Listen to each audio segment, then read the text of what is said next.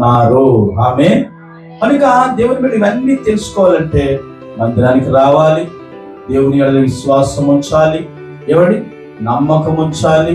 దేవుని ప్రియమైన బిడ్డరా, అలాగ మనం వచ్చినప్పుడు దేవుడు సమృద్ధి నీకు ఇస్తాడు. ఏమిస్తాడండి?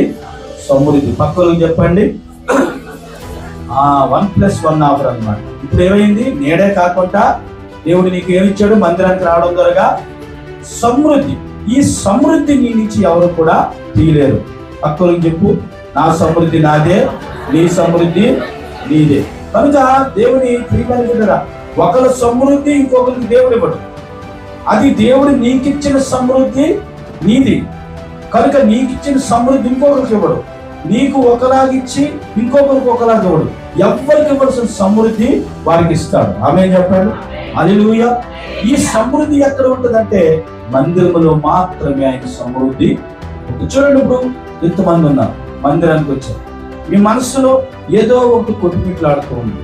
కానీ ప్రభా ఈరోజు చర్చకు వచ్చాను కదా, నేను అనుకుని చేయగా, నేను అనుకుని చేయగా, ప్రభా అనుకోకుండా ప్రార్థన చేయకుండా వెళ్ళలేని వారు ఎవరు కూడా ఉండరు.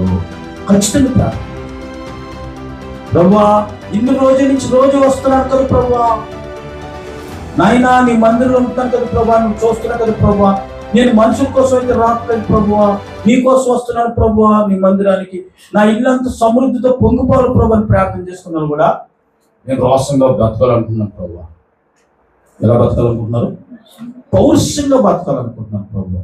కానీ ప్రభువా ఎప్పటికప్పుడే నాకు దెబ్బలు తగ్గుతున్నాయి ప్రభు. ఇంకవి రోషంగా బతకాలా, పౌరుషంగా బతకాలని ఆయన బతికిస్తాడండి. ఆమె చెప్పు, బ్రతికించేవాడు ఆయన. కనుక దేవుని ప్రేమ ఇలాంటివన్నీ మనం అడగకూడదు దేవుడిని. ఎందుకంటే ఆయన ఏం చెప్పాడంటే, నిన్ను తోకగా నియమించడానికి నేను రాలేదు కానీ తలగా నియమించడానికి నేను వచ్చాను అన్నాడు. దేవునికి స్తోత్రం. హల్లెలూయా.